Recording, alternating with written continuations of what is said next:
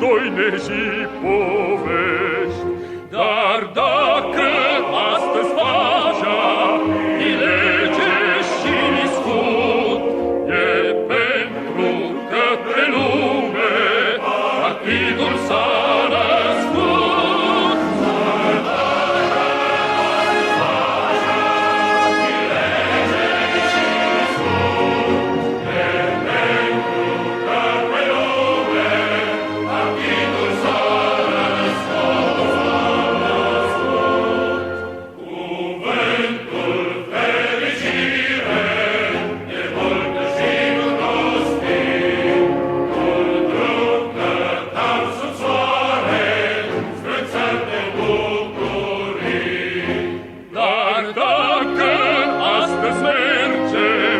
Spre țări pe drum știut, e pentru că pe lume partidul s-a născut.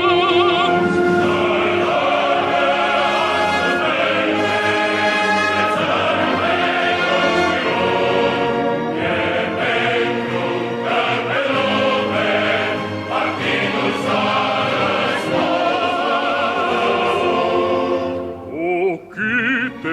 dulci cuvinte le-am moștenit în grai, doar bănuiam ce-nseamnă ce tâlcuri au sub strai. Dar dacă astăzi tâlcul de plin l-am priceput, e pentru că pe lume partidul s-a născut.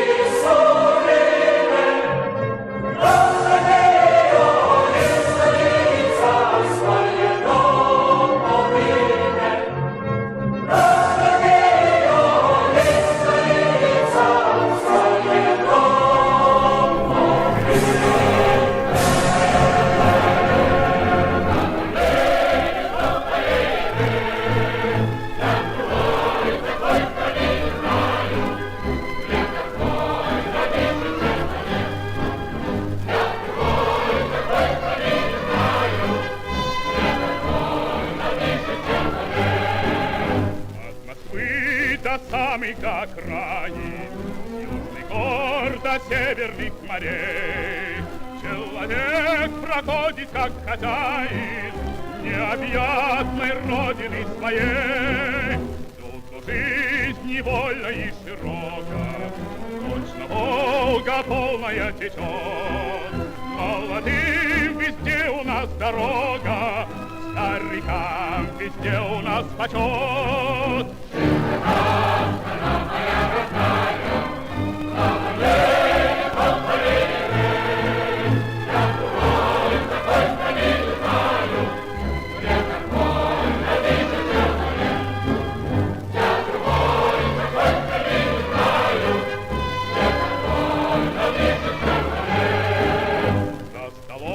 Никто у нас не лишний, по заслугам каждый награжден.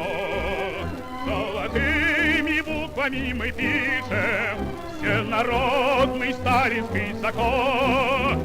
Этих слов величие и славу никакие годы не сотрут.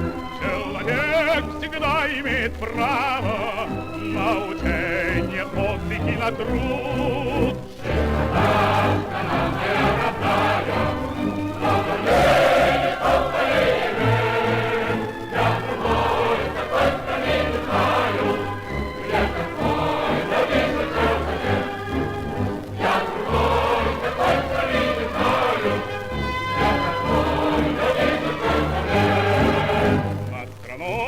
Весенний ветер веет, каждым днем все радостнее жить.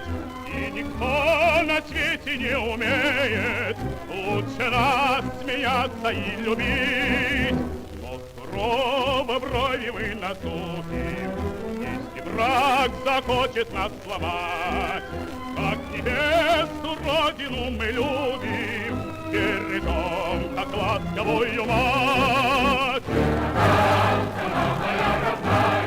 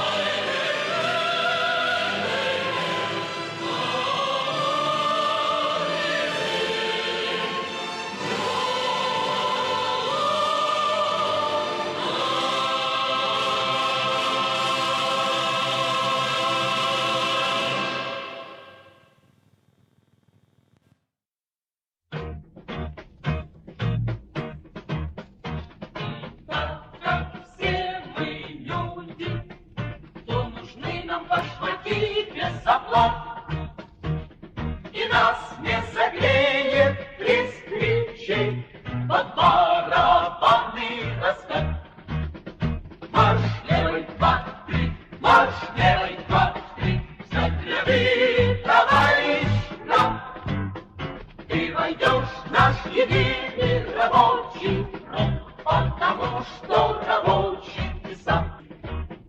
И так как все мы люди, то должны мы извинить, и что-то есть. Хотят накормить нас пустой болтовней, чертям спасибо за честь. Марш левый, два, три, марш левый, два, три, взять ряды, товарищ, нам. Ты войдешь в наш единый рабочий фронт, потому что рабочий ты сам. И так как ты рабочий, то не жди, что нам поможет другой. Себе мы свободу добудем твою своей рабочей рукой. Марш левый, два, три, марш левый, два, три, встать ряды, товарищ, нам. Ты войдешь в наш единый рабочий фронт, потому что рабочий ты сам.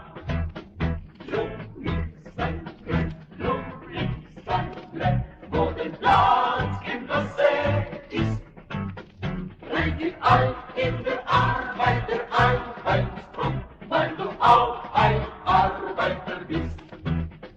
Ты войдешь в наш единый рабочий фронт, потому что рабочий ты сам.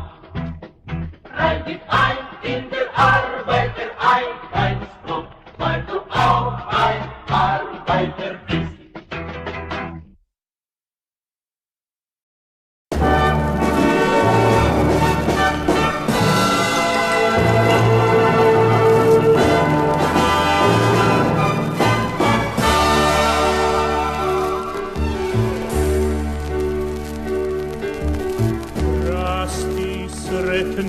Pod słońcem rasti jasna dzieci, rasti i cvietaj zemljoradnih ljudi i neka mir nad tvojim ljudima vlada, mir tvojim lađama napuči i tvome danu što se vedar budi.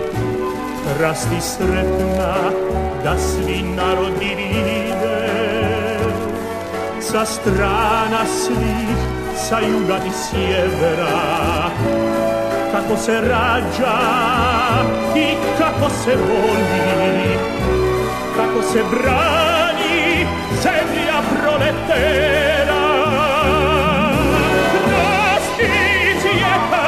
Pod zvijezdom slobode, pod rukom partije i pod srcem Tita. Rasti cvjetaj pod zvijezdom slobode, pod rukom partije i pod srcem Tita.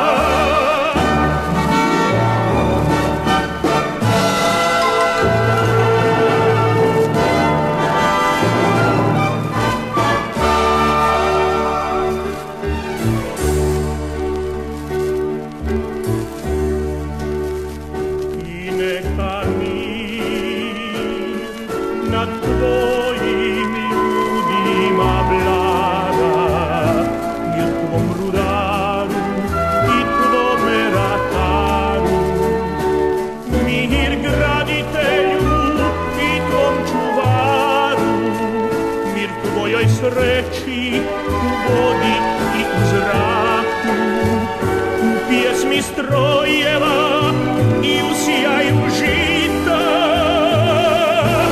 Rasti i cvjetaj pod zvijezdom slobode, pod rukom partije i pod srcem Tita. Rasti i cvjetaj pod zvijezdom slobode,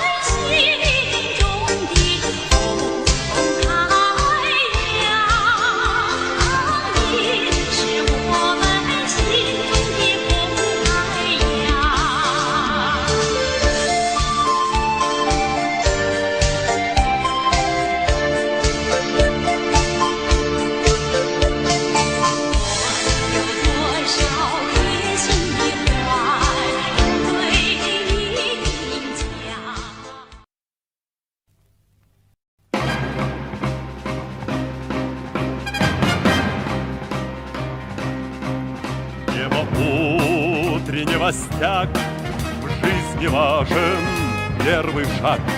Слышишь, реют над страною ветры яростных атак. И вновь продолжает собой, и сердцу тревожно в груди. И Ленин такой молодой, и юный октябрь впереди. И Ленин такой молодой, и юный октябрь впереди.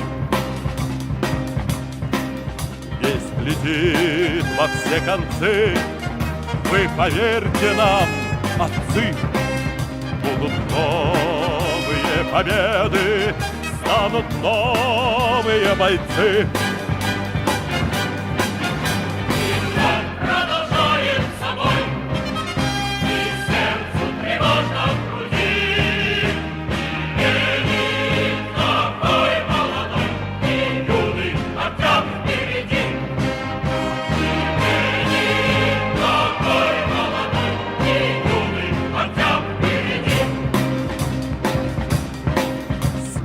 Милости не жди, жизнь для правды не щади. Нам, ребята, в этой жизни только с правдой по пути. И вновь продолжает собой, и сердце тревожно в груди. И Ленин такой молодой, и юный октябрь впереди.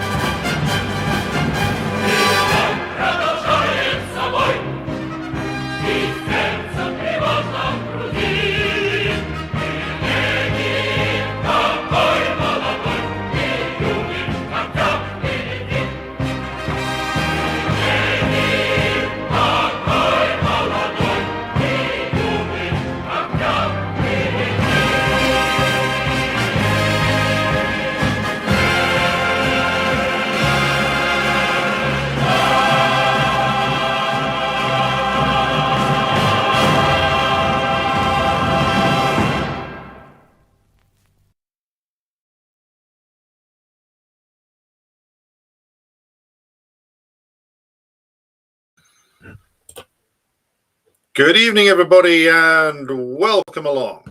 It is the evening of the 29th of November 2025, and here we are for the twice rescheduled live stream on Gramsci and his essay on Italian history. So apologies for the rescheduling there. Had to do a couple of other things and catch up with a lot of other work this week, so somewhat sparse live streams. The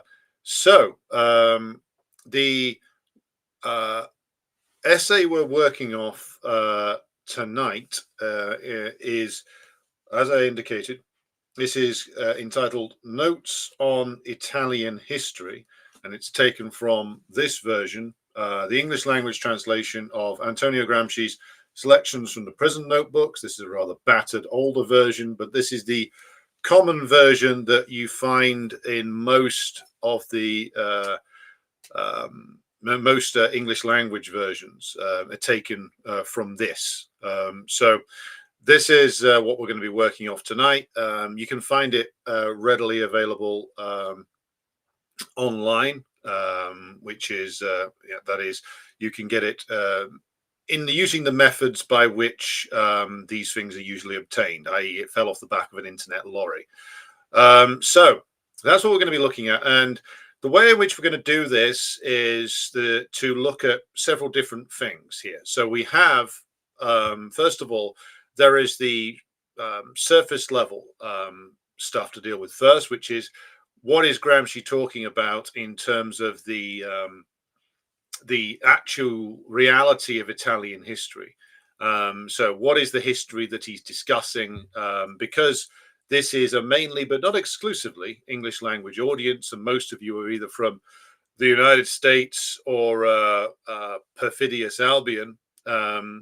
You might not be completely familiar with the history of the Italian peninsula, though I note that we have at least one Italian or someone who was born in Italy who is with us tonight. Hello to Luca out there. So I'm going to do a bit of foregrounding with regard to Italian history first. Then we're going to go in to discuss like the political concepts and that he outlines in the essay, that of the passive revolution led by well, the principal figure in this is a man who's named Cavour. In reality, that was his noble title. He was the longtime prime minister of Piedmont and one of the masterminds of Italian unification. His full name was Camillo Paolo Filippo Julio Benso, Count of Cavour. So we're just going to refer to him as Cavour. So he's one of the most important personalities, and it's him who was identified by Gramsci as leading what is what you referred to, this is the English term, as the passive revolution. And we're going to discuss the passive revolution led by Cavour, but also the role within that that was played by Garibaldi and Mazzini, the two great Italian patriots and utopian socialists. I think is a good way of describing the beliefs of both Mazzini and Garibaldi and why they came to collaborate with Cavour and the Piedmontese state that was the driving force behind Italian unification. Going to look at the dynamics of the bloc that was put together by Cavour on one side, representing like the conservative Piedmontese bourgeois and aristocracy, and the revolutionary forces led by Garibaldi on the other, and the influence of Mazzini, and why this historic bloc of forces produced the many contradictions that modern Italy still suffers from to this day. So we're going to be getting into what the passive revolution meant in Italian terms, and what the passive revolution has meant in terms of the modern era, and what historic blocks mean, and how this can be looked at in terms of the Russian Revolution and the Chinese Revolution. Also going to be looking at Gramsci's concepts of the war of position and the war of movement as well, because this is crucial to his understanding of the Italian unification process. And then we're going to look at his arguments, which are found towards the end of this particular essay. In fact, it's a sort of addendum to the essay where he argues that Mussolini and fascism, Italian fascism, can be seen as being part of the tradition of the so-called passive revolution in Italy, or there is another word that goes along with it, transformismo, which deals with the way in which the Italian state was formed and changed over time. So we're going to be getting into all of that. But first of all, before we go anywhere, I will urge everybody to like and share the stream if you have not done so already. Good to see we've got quite a number of you watching on X. and a number of you watching on Substack as well. Very, very good. Thank you for joining us on there. So we'll start off then by sharing a map, which is the best way to illustrate what I'm talking about initially, because we are looking at, here we have to look at the geography of Italy in the early 1840s in terms of the political divisions. So here you can see the different elements that made up Italy, or the major ones anyway, because we should remember that after the fall of the Western Roman Empire in 476 AD, when the last emperor was disposed of, there were various attempts at creating a unified Italy.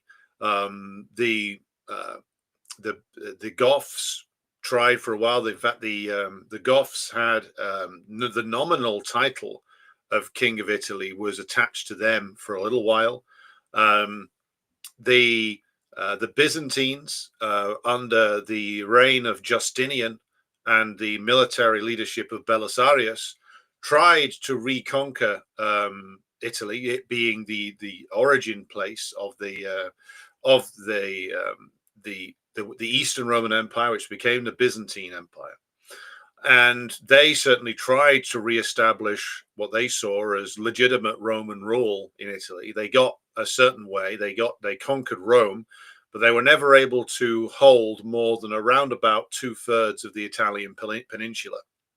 And the invasion led by Belisarius and masterminded by Justinian was plagued by military disasters after a little while, and they couldn't establish secure Byzantine rule over Rome and the other southern Italian provinces. And ultimately that collapsed following the end of the reign of Justinian. It didn't last for too long. There were various other plans to reunite the Italian peninsula going into the Middle Ages. This was what the Borgias, the notorious Borgias, were involved in. This was the ambition of Cesare Borgia, who was one of the figures that Machiavelli, who we'll become to discuss when in future episodes when Gramsci gets into his analysis and usage of Machiavelli. The usage of Machiavelli is quite interesting, and we'll get into that in future episodes. But the thing to bear in mind is that there were Borgia, that is Cesare Borgia, was one of the interested parties in reunifying Italy, and made a serious attempt to do so, ultimately to be defeated. There were various different plots in the Middle Ages involving the communes, involving the city-states of Italy, the powerful familial dynasties that ruled them. None of them came to fruition. Italy in the Middle Ages was still very much dominated by the feuding big families, Venice or Florence, and of course the power of the papal states, and also the power of the roving bands of mercenaries that used to roam Italy and work for various different political players there. So Italy remains very divided, though not backward, it must be said, because there is a strong argument that capitalism developed first in what is now Italy, particularly with the Venetian Republic. And there is an argument that is advanced in Marx's Capital Volume 1, in fact, that prior to the development of capitalism on a more successful, widespread basis in the unified Britain, the earlier examples of capitalism came in the Venetian Republic and in the Dutch Republic, both of which ultimately declined before they could become sort of globe-spanning empires, and that role was taken on by the British. But in terms of capitalism as a mode of production, particularly in its early mercantile form, it can be argued did originate in the Venetian Republic. So these weren't backward places by any means. I think the city-states of Italy in the medieval period were some of the most culturally advanced places in Europe. Also, there was a lot of backwardness, partially due to the influence of the papacy, etc. So it was a very mixed place. What changes things in terms of Italian unification, it becoming less of a distant dream, is really the French Revolution and the Napoleonic period. Because what does Napoleon do? If you note the map that's on screen there, you'll see at the top there is an entity called the Kingdom of Lombardy Venetia. That was essentially a vassal of the Austrian Empire. Now, one of the things that Napoleon did, which generated revolutions for long after he was defeated, was, of course, that his armies marched through particularly most of Europe, but Italy was an early conquest, and he defeated the still sort of semi-feudal states that existed there, and he defeated their principal backers, Austria and Spain. And wherever the armies of Bonaparte went, they took the legacies of the French Revolution with them. Even when Bonaparte had long discarded the more radical edge of the French Revolution and had proclaimed himself emperor, he still did away with the feudal holdovers that existed in these countries. So the remnants of feudalism got either swept away entirely or very badly damaged by the march of Bonaparte's armies into Italy. And so you got examples then as the Bonapartist army, the Grande Armée, marched through the Italian peninsula.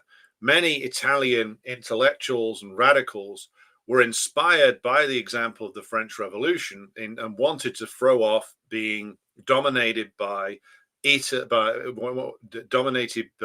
Austria and Spain. Because if again notice on the map, there's in the boot heel of Italy down there in Sicily, there is an entity called the Kingdom of the Two Sicilies that was ruled over for many years by a cadet branch of the Bourbons. The Bourbons, of course, historically ruled France. They also ruled Spain. In fact, they still do. So Spain had a great deal of influence over southern Italy for a very, very long time. So that influence is important when we come to talk about the unification process later. But the destruction of the armies of Austria, the empire of the Austrians, and the sweeping away of the feudal remnants in quite a lot of Italy by the Napoleonic rule, which lasted quite a long time. In fact, in Italy, it lasted until the very end, until Napoleon was driven back and finally defeated. So the French revolutionary influence in Italy was quite strong. It was there for quite a number of years.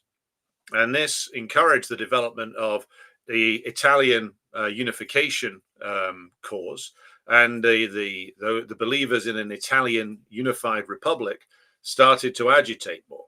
So even after Napoleon Bonaparte was finally defeated in 1815, the seed that he had, however inadvertently, planted in Italy continued to grow.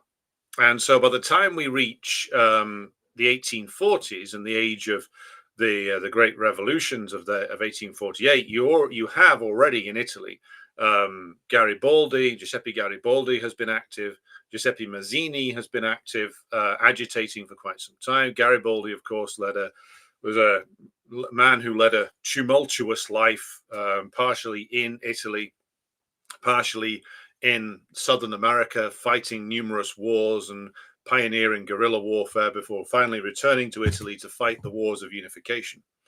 The 1848 revolutions, even though ultimately these were unsuccessful, they did play a role in weakening progressively the control of Austria in Italy and speeding up the process by which Italian unification would occur. Now, what happens in Italy, and I'll shortcut this because we're going to get into more details later, is that the Piedmontese, the Kingdom of Sardinia, turn into one of the driving forces of Italian unification. And this process takes a long time. It leads to multiple wars, multiple deals with principally what the French, conflict with and deals with the Austrians, the machinations and the plotting of the British, who gave a home to numerous Italian exiles, including Mazzini for a while, principally because they thought that if there was that a unified Italy might be in their interest, particularly if it was in hoc to them, because a unified Italy would be a thorn in the side of the French and the Austrians, who the British were looking to inconvenience. So there is a history of British machinations in the wars for Italian unification. But between the 1840s and the 1860s, there is this process of war, semi-revolutionary events, deals between the various different ruling groups. And what it produces is this strange hybrid that Gramsci comes to refer to as the passive revolution, meaning you have two men in the form of Garibaldi and Mazzini who are crucial for the unification of Italy, but they are playing a subservient role to the Piedmontese, led by, well, nominally King Victor Emmanuel, but the political mastermind is Cavour. And what Gramsci says in the work is that the process of Italian unification he refers to it as a passive revolution. Now, what does this mean? So we'll get into the key concepts outlined by Gramsci. The passive revolution is an idea that he outlines, and he uses the Italian example to go through it. What he argues is that the moderates in Italy, led by Cavour, essentially had what was called the Action Party, meaning the party that was aligned with Garibaldi and Mazzini, basically in their pocket, under their control. And the process by which Italian unification occurred was this passive revolution, meaning you got a change in the governing structures of what became Italy, meaning that all those different states you just saw there were slowly merged into one Italian state, headed by the Piedmontese king, Victor Emmanuel, and overseen by Cavour. And that this process, whereas it unified Italy, was not a revolution in the true sense of the term, because it didn't actually change the relations of production. Because the process by which Italy was unified was more by a stitch-up deal between various different elite groups.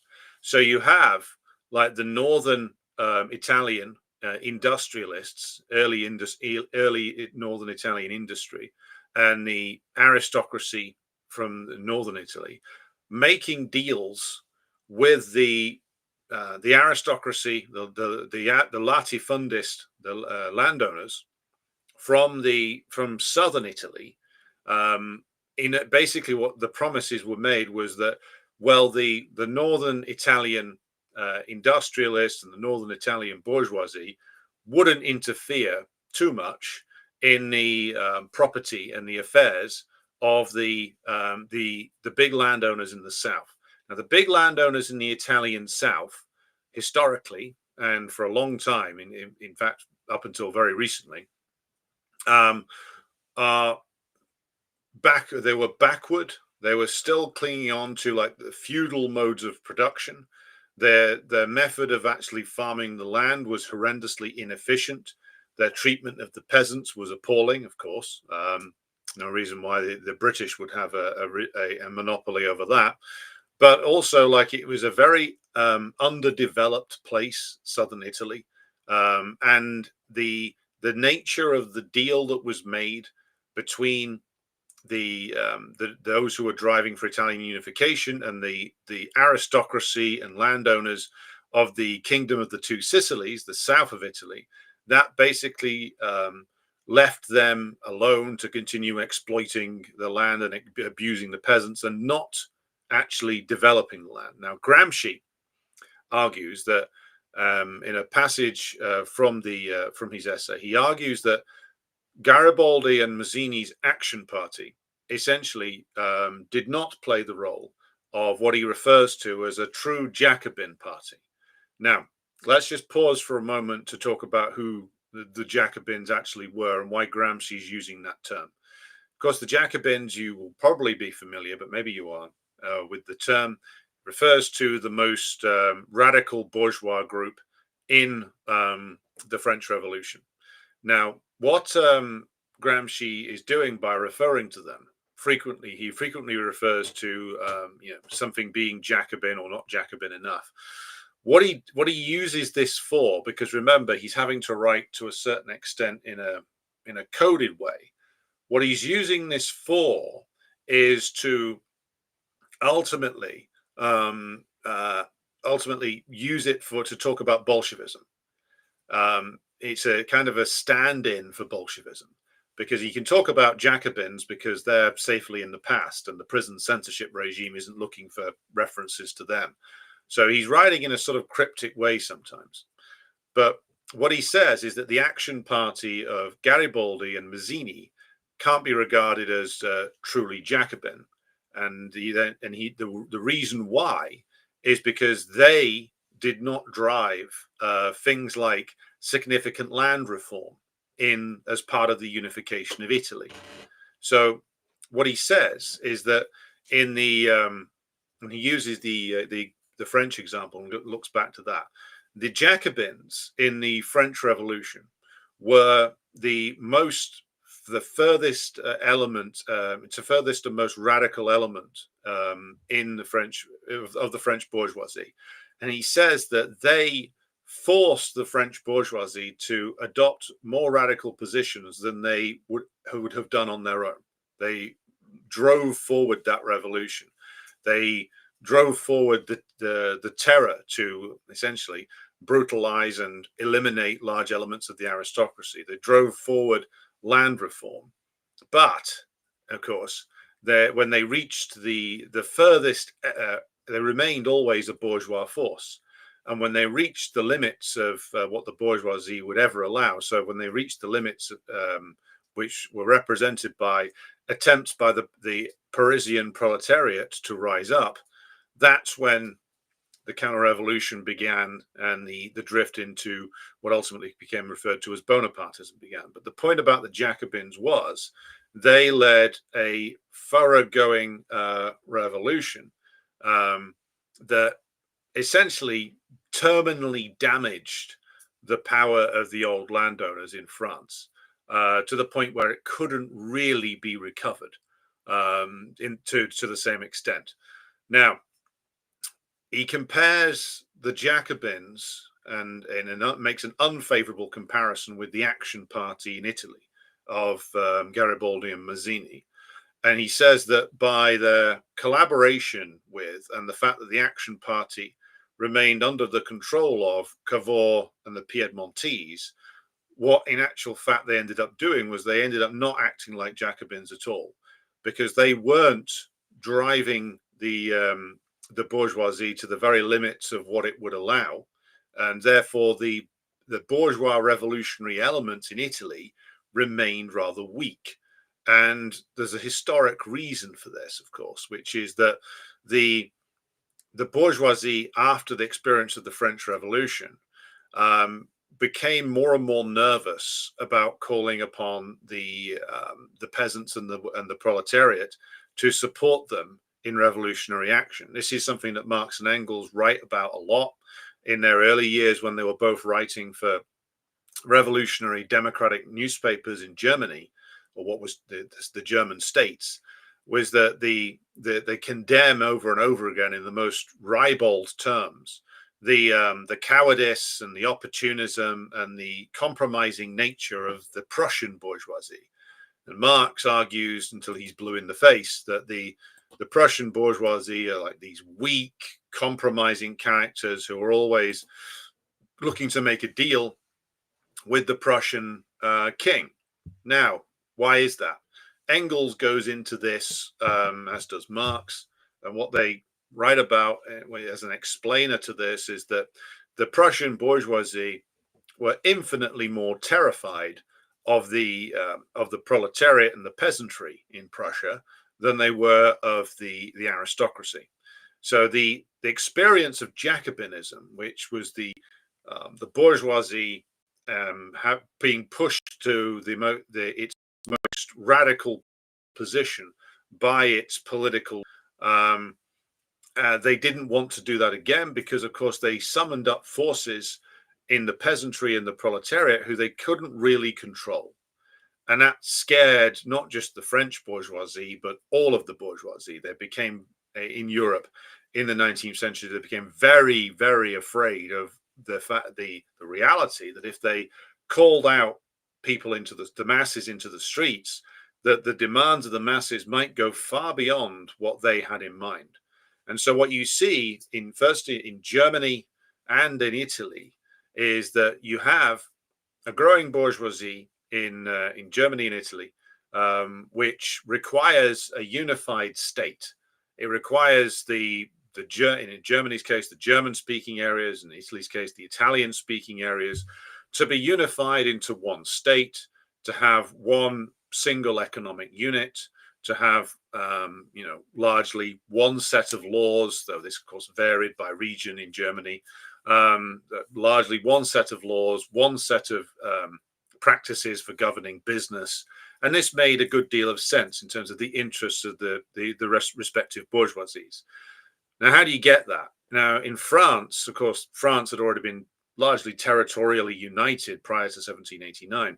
But in France, it was the bourgeoisie conquered the old aristocracy by this radical process instigated by the Jacobins and then consolidated by Napoleon.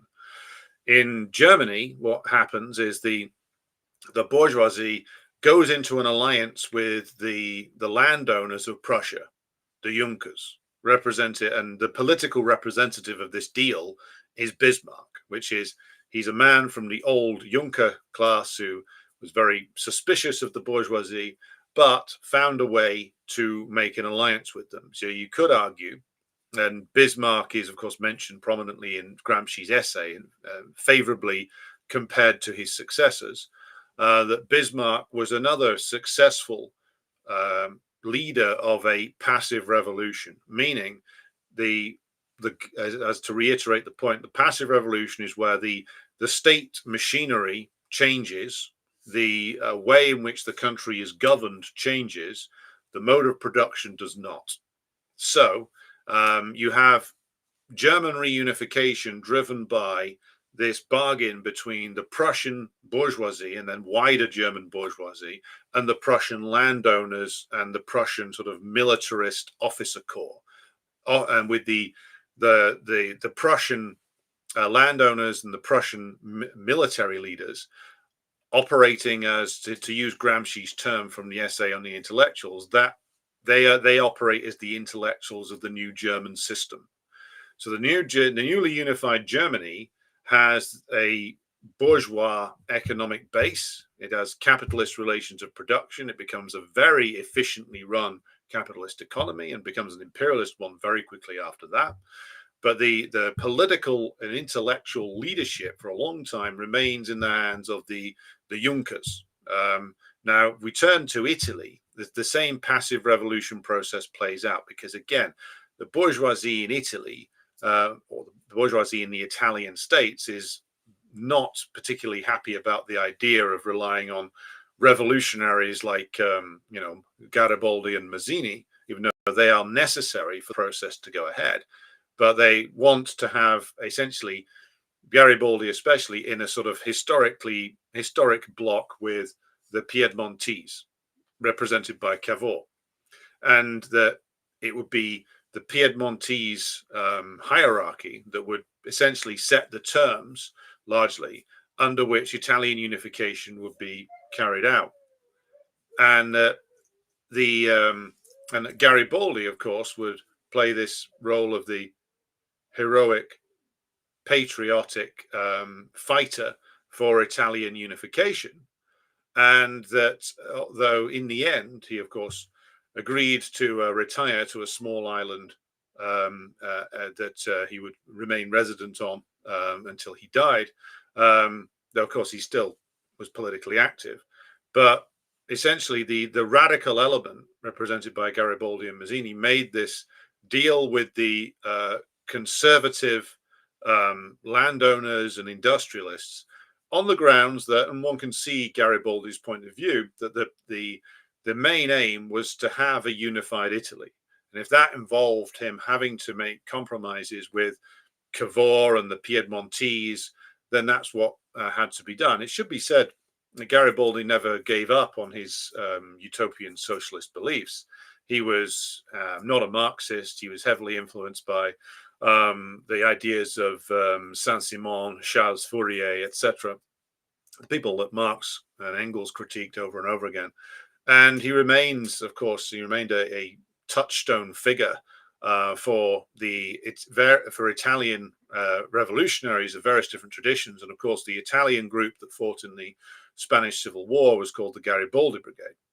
Mazzini slightly less so, but Garibaldi remains a great romantic revolutionary hero in Italian politics.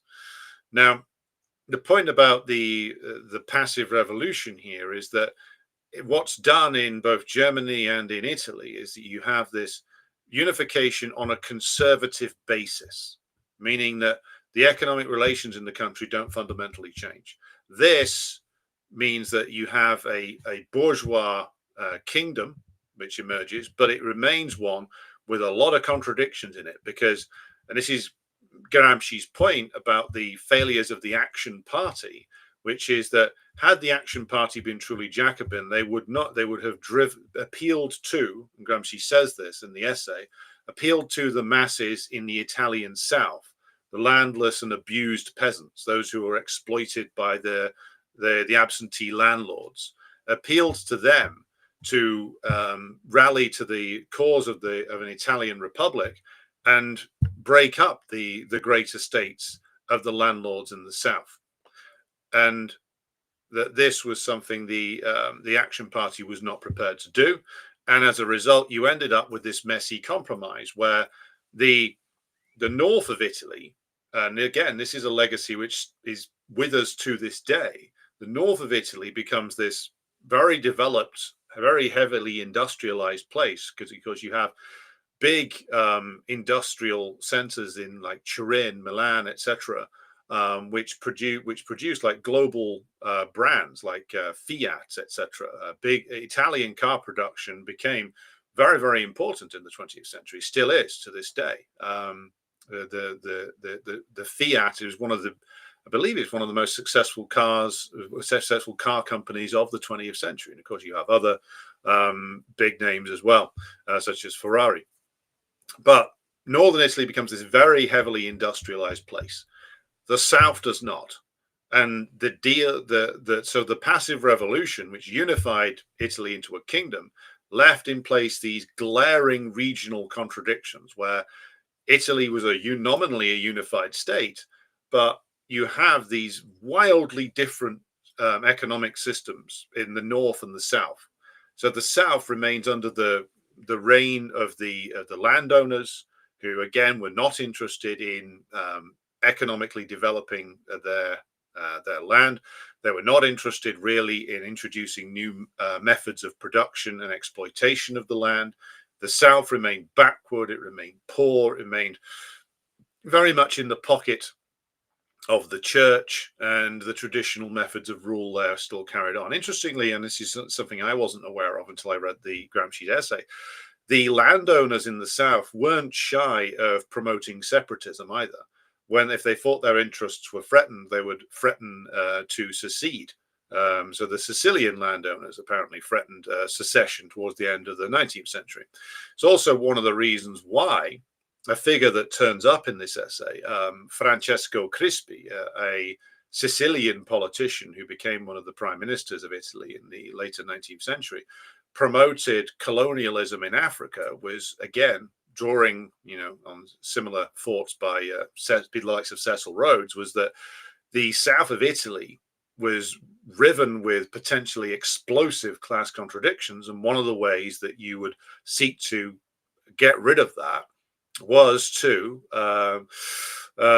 encourage colonialism, encourage, or in the case of Italy, engage in a failed attempt to conquer Abyssinia, take over what's now Eritrea and Italian Somaliland.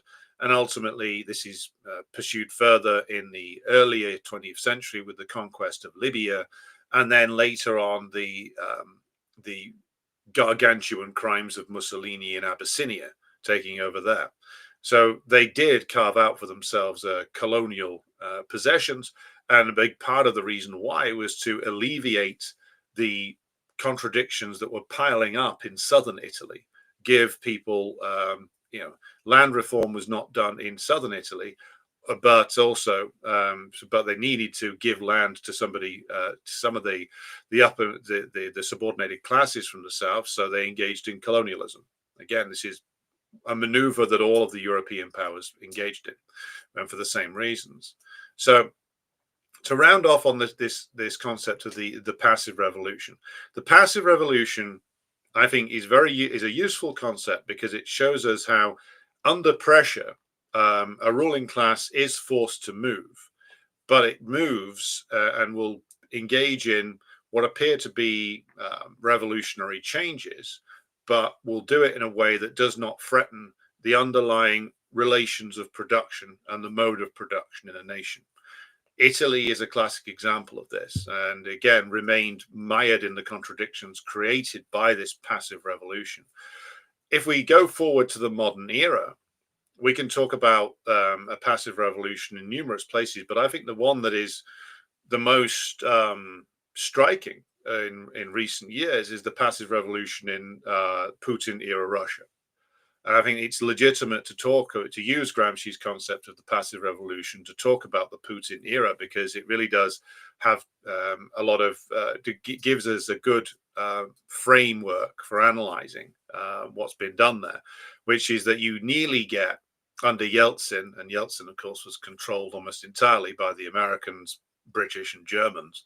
You nearly get the complete disintegration of the Russian state.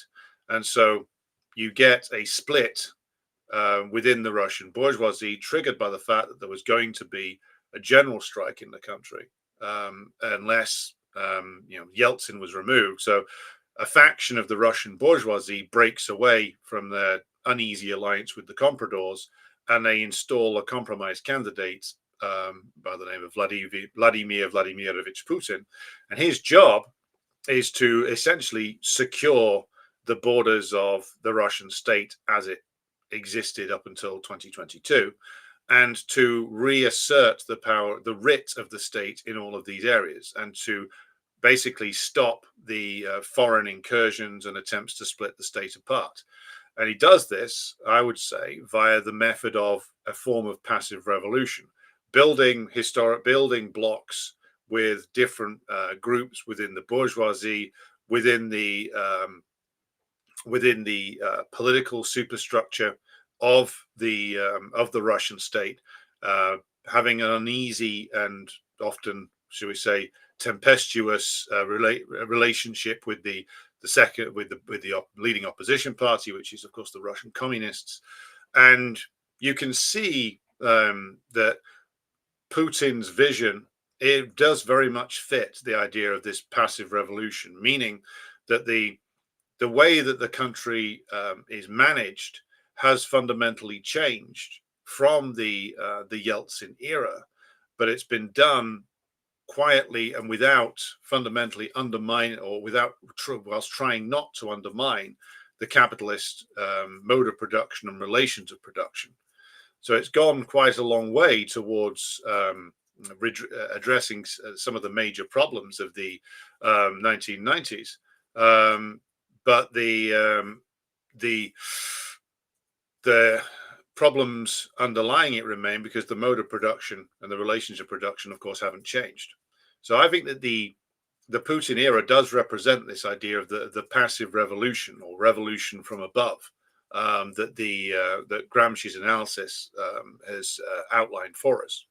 So to move on then to other points here. So the other elements which he starts to deal with here are, of course, the war of position and the war of movement. Now, both of these will be used by Gramsci to greater effect in future essays, but I wanted to outline them here because the they are useful for explaining his interpretation of Italian history. So, war of position and war of movement. What do each of these terms mean? Again, they're very important to actually understand properly. War of position.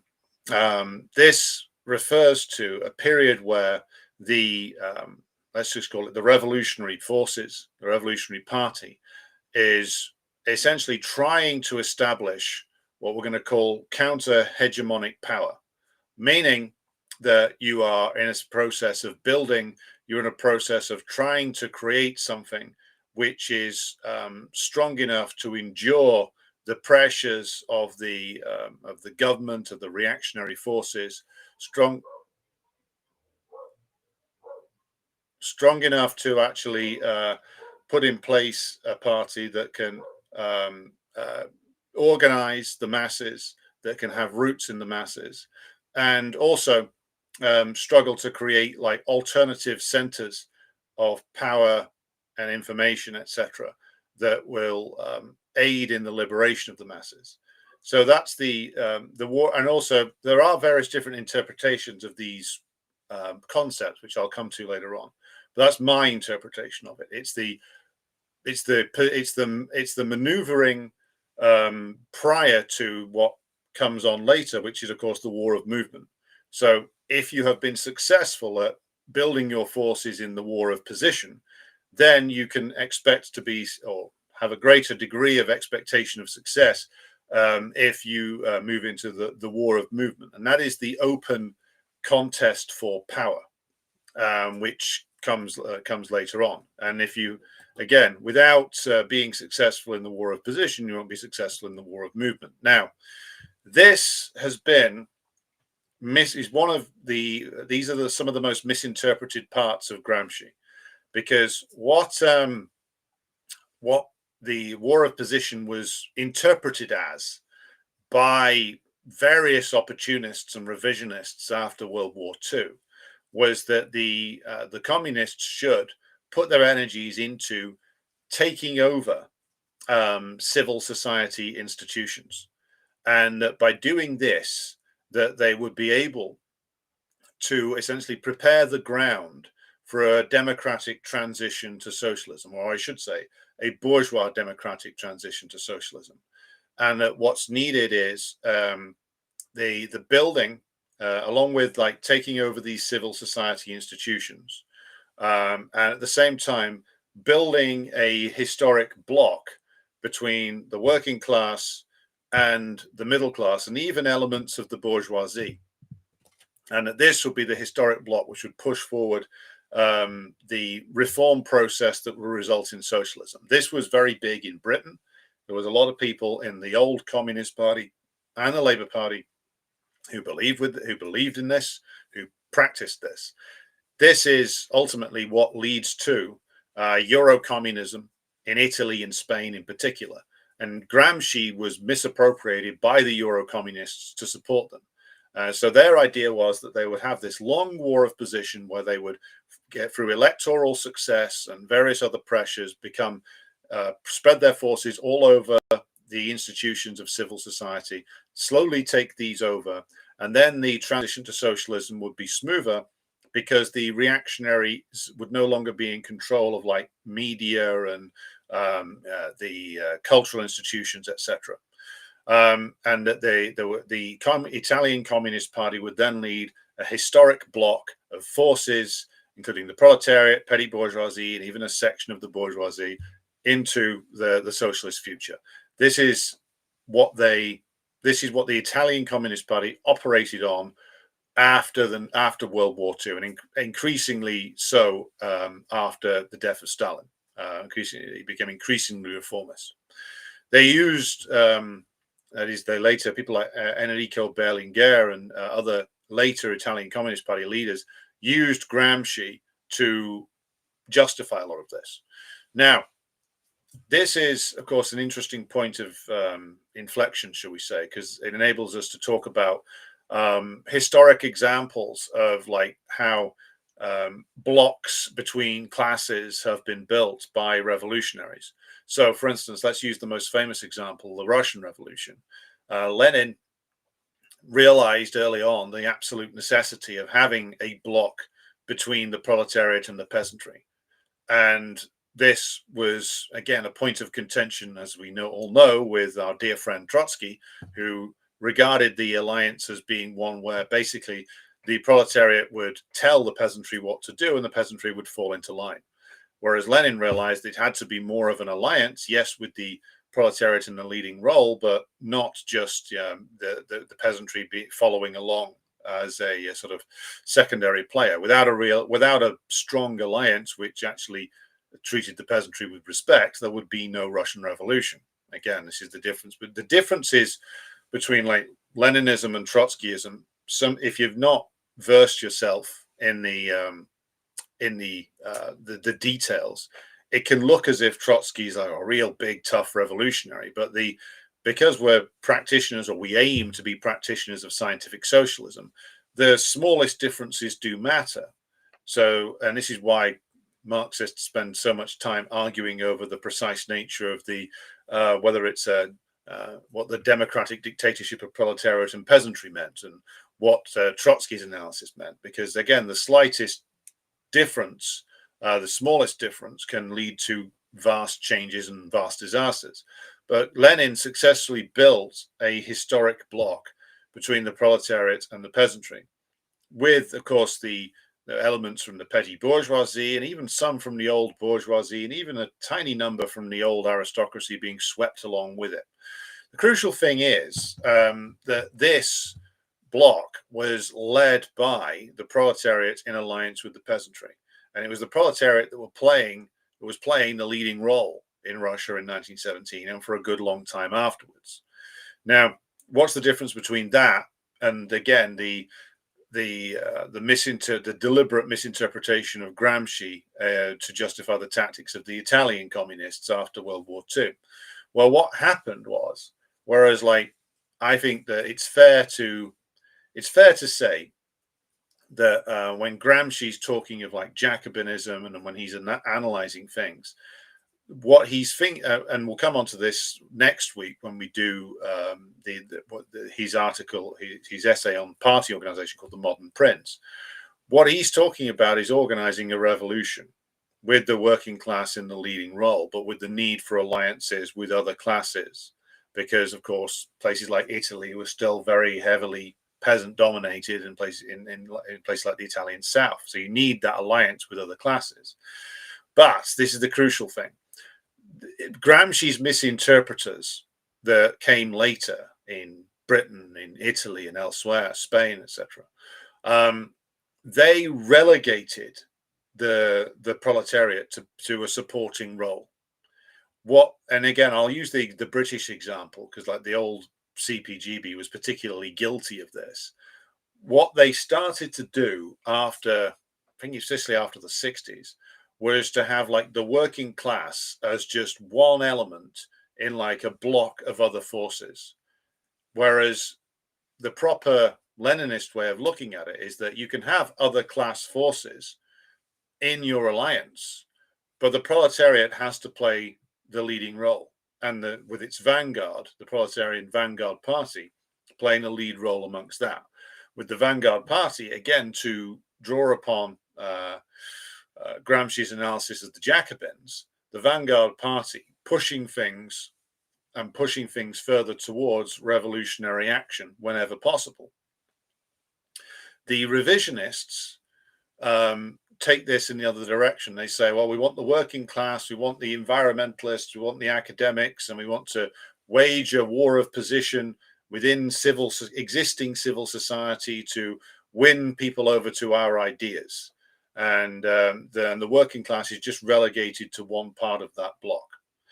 And again, this is why, again, you have to do what I would call a scientific socialist analysis on the failures of revisionism, because when you look at it, you can see that revisionism has within it like elements that are there under under a revolutionary leadership. Like there was plenty of things that Khrushchev did that were under discussion in the Stalin period, but the problem with the revisionists is they always seek to cancel out the proletariat's leading role in the revolution, or they seek to get rid of the dictatorship of the proletariat. They depoliticize. They seek to downplay class conflict, not push it forward. They seek to gloss over differences and gloss over antagonisms. Now, this is why you end up with Eurocommunism. This is why you end up with the biggest communist party in Europe dissolving itself in the early 1990s, because of this wretched strand of revisionism. Now, none of this is Gramsci's fault, but it's worth noting that the Gramscian concepts were misappropriated by the Italian communist leaders and the Spanish communist leaders to justify their own capitulationism and their own revisionism. So the final part of this I wanted to talk about was, of course, the elements by which you could say that the elements of fascism, which represented in Gramsci's view a continuation of the Italian tradition of passive revolution. So I'll just read a quote here from towards the end of Gramsci's essay when he says, "The ideological hypothesis could be presented in the following terms, that there is a passive revolution involved in the fact that through the legislative intervention of the state and by means of cooperative organization, relatively far-reaching modifications are being introduced into the country's economic structure in order to accentuate it." So what they're doing is the Italian fascists organize these things called corporations, not corporations in the traditional sense, but they attempt to merge the organizations of the employers and the trade unions into like one corporate body. Because Mussolini argued that they were all great Italian patriots and should all work together for the good of the nation. This led to industrial reorganizations, concentration of production, and was an attempt by essentially the Italian ruling class via Mussolini to restore the performance of their industries. Now, the only place this was really successful in terms of boosting production and efficiency was in the production of Italian naval vessels. So the Italian Navy, when it went into World War II, was acknowledged as actually having significantly improved under this system. But it fundamentally, despite the organization of the fascist corporations, what it did was ultimately was suppress labor organizations, suppress the organizations of the working class, and ultimately enhance the power of the bourgeoisie. So you've got this nominally transformative process that the fascists and because the fascists had many people who used to be syndicalists within them, or who always claimed that they still were syndicalists. They sold the fascist corporations as being revolutionary change.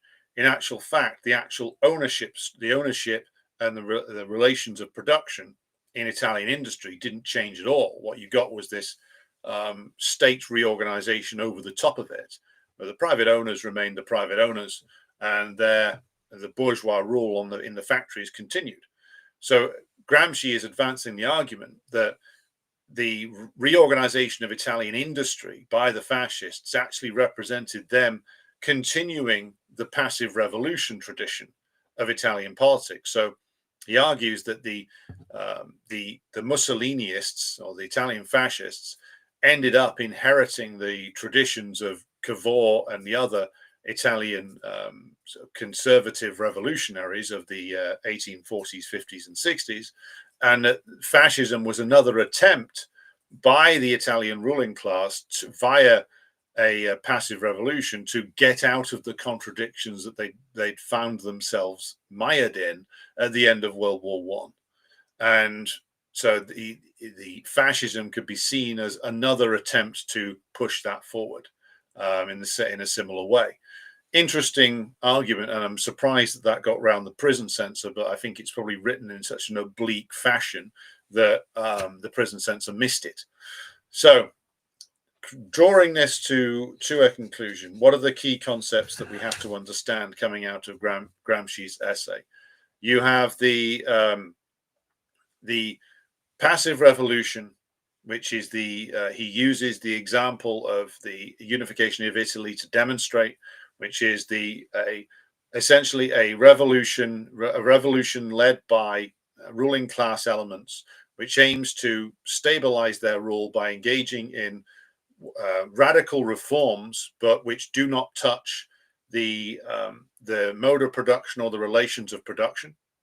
You have the war of position and the war of movement. The war of position being the building up of counter-hegemonic forces prior to open confrontation with the state. And then you have the war of movement, where the counter-hegemonic forces are ready to actually take on the state or move towards seizing power.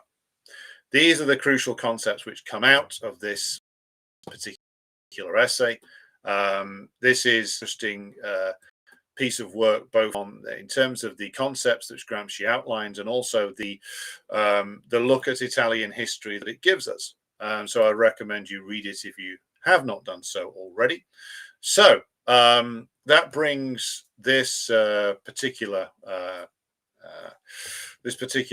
episode on Gramsci to a close. Now I'll just briefly pause here, then I'll come back and take some comments.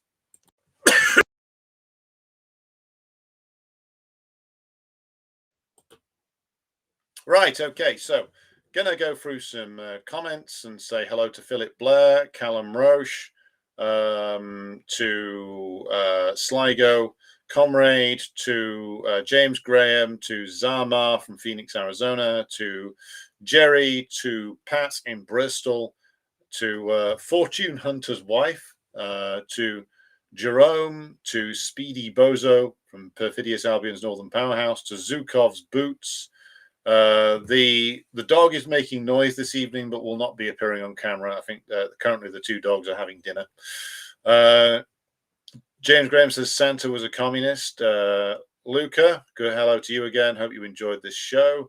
Hello also to Walter Keating, who says this is a refreshing change from the exciting and ever-inspiring performance of your party today. Well, more on that. I will do something on that when the Your Party conference has concluded. In my view, it's a total fucking shit show.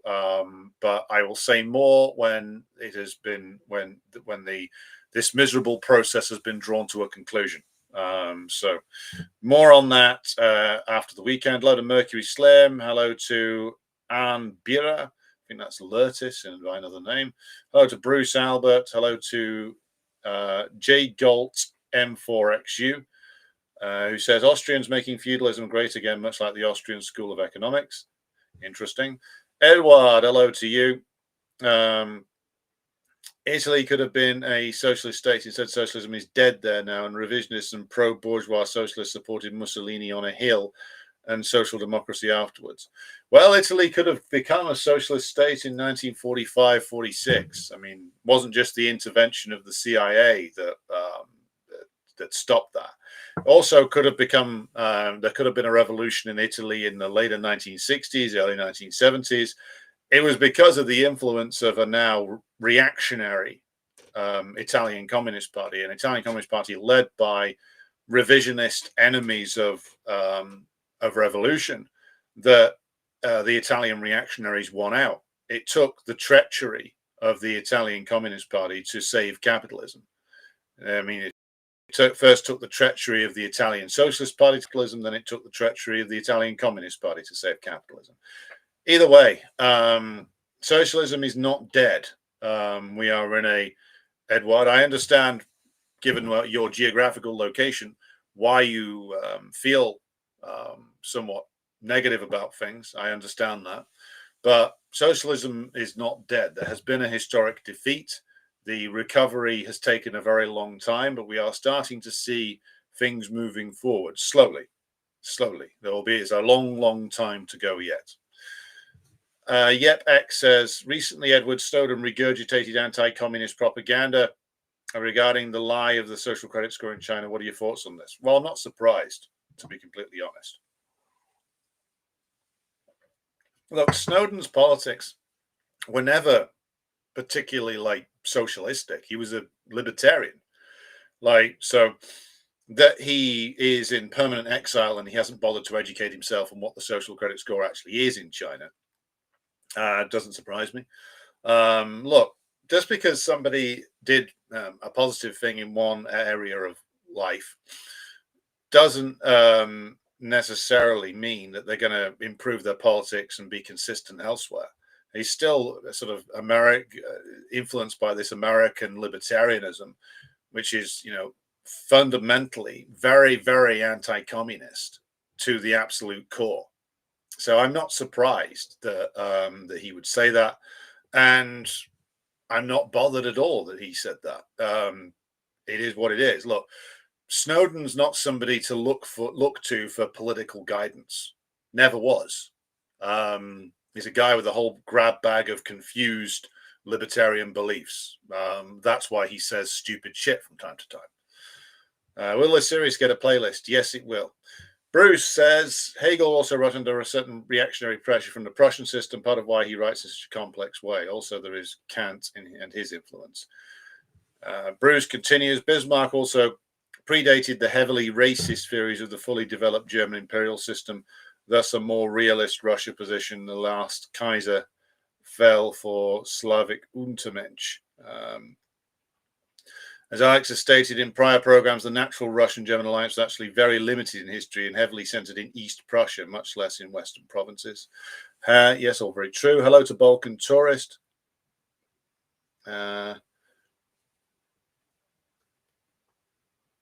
didn't Mazzini get to have a biscuit? Don't know.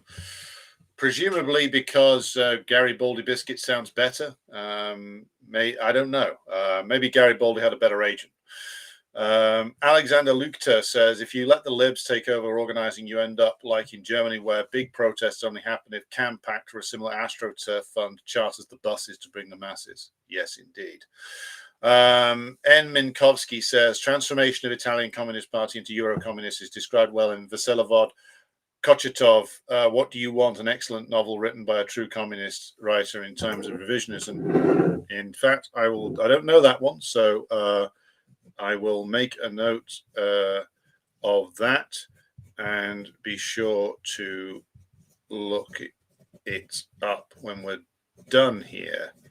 So, yes, moving on.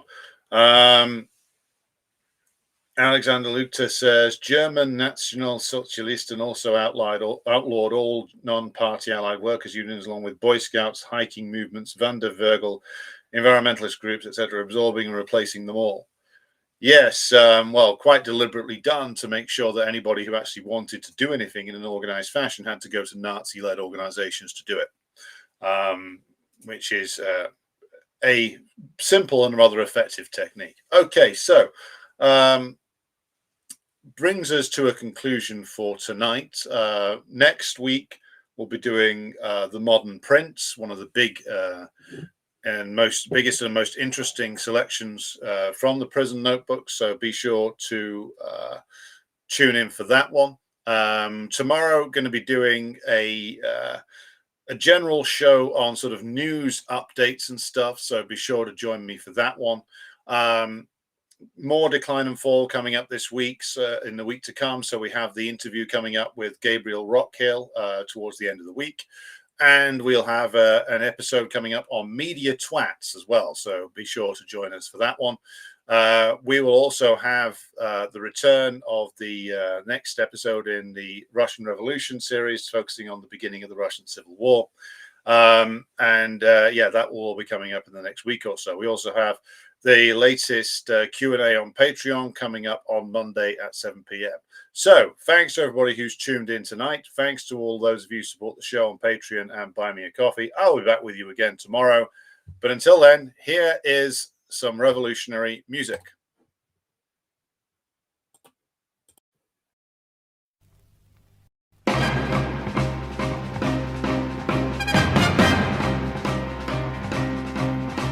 его утреннего стяг в жизни важен первый шаг. Слышишь, веют над страною ветры яростных атак. И вновь продолжает собой, и сердцу тревожно в груди. И Ленин такой молодой, и юный октябрь впереди. И Ленин такой молодой, и юный октябрь впереди. Весть летит во все концы, вы поверьте нам, отцы. Будут новые победы, станут новые бойцы. Продолжает собой, и сердцу тревожно в груди. Ленин такой молодой, и юный октябрь впереди. Ленин такой молодой, и юный октябрь впереди. С неба милости не жди, жизнь для правды не щади. Нам, ребята, в этой жизни только с правдой по пути. И